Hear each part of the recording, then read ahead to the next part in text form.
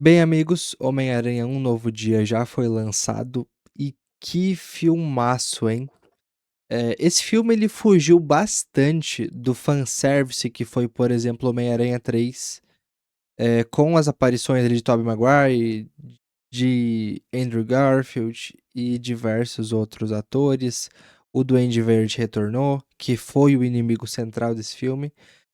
Porém, Homem-Aranha Um Novo Dia não teve um grande rival.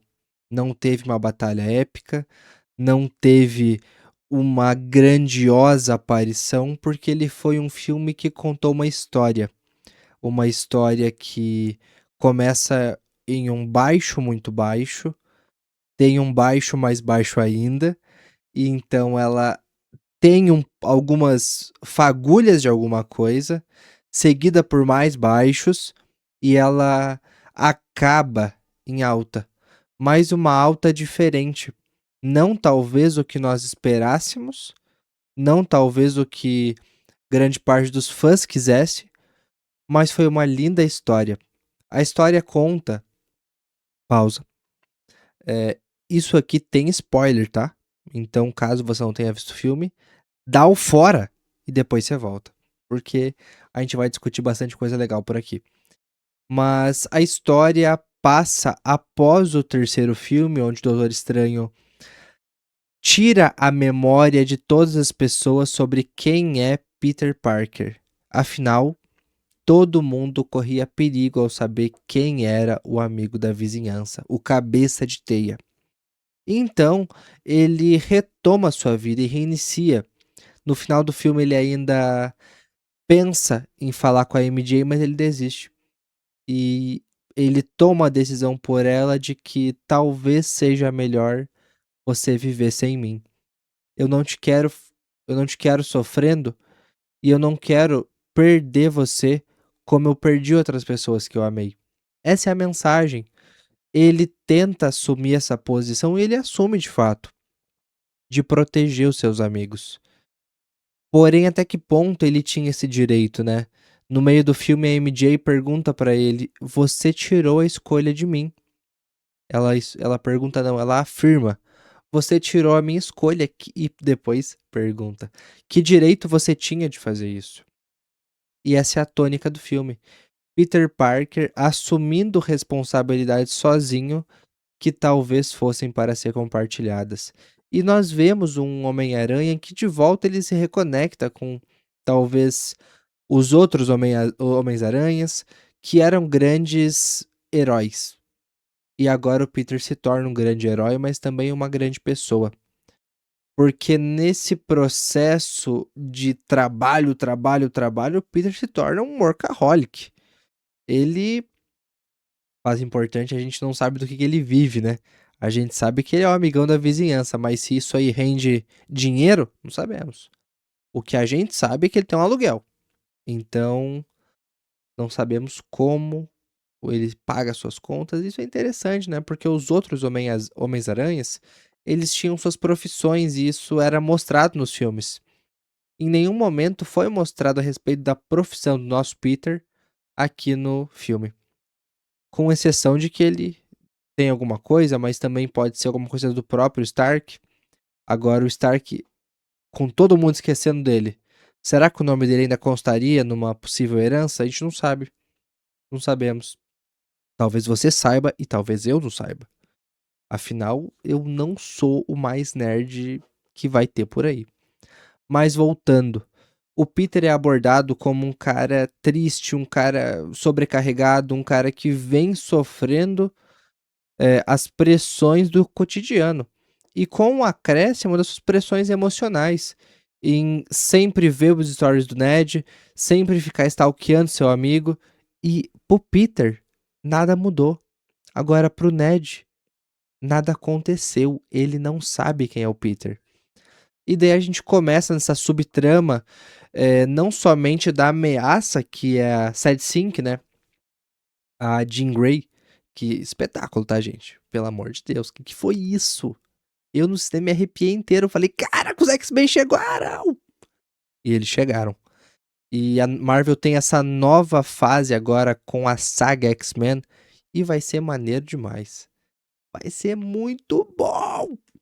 E a gente vai ter que esperar em Vingadores Doomsday, Doutor Destino, depois no Guerras Secretas. E, cara, vai ser espetacular. Eu já tô empolgado agora. Imagina quando lançar o próximo, e o próximo, e o próximo, e a saga. Isso vai ser espetacular. Mas voltando, foi focado muito nesse lado pessoa. Peter Parker, para além de um bom porradeiro, para além de um super-herói, de uma figura, mas uma pessoa. E a gente olhou para essa pessoa deprimida, com os estresses, com várias questões mudando no seu próprio corpo. A gente tem que lembrar que no primeiro filme, até agora, sei lá, ele deve ter uns 22 anos na cronologia. 22, talvez 23, 24, eu acredito que no máximo, não o ator, tá? Mas o personagem. Porque ele surge ali no ensino médio, vai passando alguns anos, os amigos estão se formando na faculdade. Não fui pesquisar quanto tempo é uma formação no MIT, mas acredito que ele deve ter entre seus 22 e 24 anos. Ele está crescendo ainda, não tem nem a formulação completa do seu cérebro, das suas funções nervosas, e com excedente de uma alteração na genética, né? O, enfim, não sou de biologia, tá? O genoma, o RNA, eu estou repetindo as palavras que eles falaram lá. Culpe o filme, não culpe eu. E tudo isso torna muito legal porque a gente vê essa mudança nele. Essa mudança do cansaço, da sobrecarga. A gente pode fazer várias alusões ao trabalho, por exemplo, porque se o trabalho toma essa posição de primazia, de vivo para o meu trabalho, e ele fala uma frase muito engraçada e é uma frase muito cultural.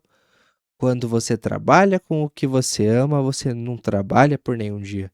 Quem diz que não? Fazer o que a gente ama também dói. Fazer o que a gente ama também consome energia. Se fosse assim, eu jogaria bola o dia inteiro, mas eu não ia ter físico para. Primeiro que eu não aguento, né? É o primeiro pique para frente, depois só banheira. Mas não tem condição. O trabalho, ele é trabalho, sim. Senão se chamaria lazer. Seria bom. Mas o Peter é sobrecarregado. E com todas as suas questões emocionais, com seus traumas, poxa, ele perdeu a tia e ele sabe que é culpa dele. Ele sabe que ele fez uma cagada imensa. E ele foi fazendo cagadas em sequência. Perdeu os amigos, ele também sabe que a culpa é dele. Ele resolveu o problema, resolveu, mas a troco de quê? Qual foi o custo para isso? Ele resolveu. Mas o que ele perdeu nesse processo? O que foi podado dele? E podado linhas do tempo e tal. Terminei Loki segunda temporada agora há pouco, então tô bem ligado disso aí. Mas foi cortado dele de uma hora para outra muitas questões que eram basais na personalidade dele. Os amigos, a namorada, a família. Ele perdeu tudo. Ele só não perdeu Nova York. E Nova York se tornou tudo para ele. Com o avançar do filme, a gente vai vendo esse processo dele tentar suprimir o que a gente pode tentar chamar da sombra dele. E talvez essa integração com a sombra, e na psicologia analítica a gente vai falar do processo de individuação, né? Que é o processo de integrar a sombra e se tornar alguma coisa nova.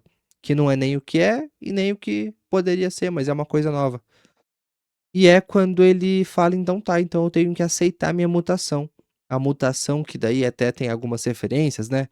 Com ele ter mais participação da aranha do que do Peter, digamos assim, e ele aceita isso. E ele tira o inibidor. E esse ato de tirar o inibidor é nitidamente ele falando: tá bom, eu vou ter que me adaptar. Não vai rolar ser o que era. Tem que ser uma coisa nova. E a partir desse momento, ele começa a ter um novo desenrolar no filme. E é espetacular. É maravilhoso. O cinema inteiro em silêncio, porque, cara, o que tá acontecendo?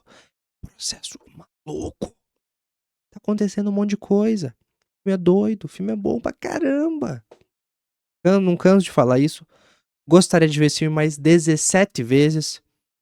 E é engraçado, né? Porque talvez foi o filme onde teve menos porradarias insanas e teve mais uma contação de história. E foi meu favorito. Eu queria conhecer esse Peter Parker. Eu queria conhecer essas angústias, esses temores, esses medos. Quando ele tenta salvar a MJ e ele leva ela. Vamos fazer uma pausa de novo. Que papel fez o Justiceiro? Tanto nos alívios cômicos quanto nos momentos de tensão também. Quando ele fala, você pode mexer em tudo. Mas não, você pode vir aqui, mas tem algumas regras, não mexa nas minhas coisas. Então a gente vê que esse personagem também tem um background. Ou no outro momento, quando ele fala pro Peter, você acha que eu queria estar aqui agindo como um covarde com uma máscara? Isso tem uma profundidade ali. Não é meramente um personagem figurante, mas é um personagem que tem uma história, afinal, tá nos quadrinhos, foi criado antes, tudo mais. Mas foi uma simbiose, de novo mais uma referência ao Venom, né? Então, mas deixa quieto, deixa lá, deixa pra lá. Mas foi uma simbiose que funcionou muito bem, essa dupla. Porque a verdade é que eles foram a dupla do filme dos heróis.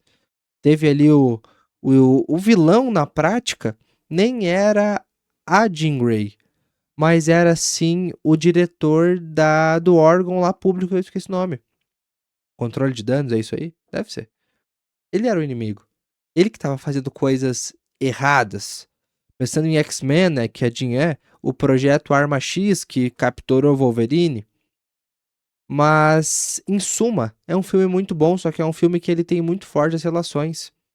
E no final, a mensagem do filme é: eu tentei vencer sozinho, mas eu não consegui. O meu mental ficou de uma batata crua, crua. E foi isso a mensagem do filme. No final, o Homem-Aranha retoma a sua amizade com o Ned de uma forma extremamente singular ali, né? Um aperto de mão e tal. E daí ele lembra e fala: Peter! Agora resta a gente saber. Se o beijo não funcionou com a MJ, por que, que o aperto de mão funcionou com o Ned? O Ned, ele tem a questão da magia, né? Como questão background dele, digamos assim.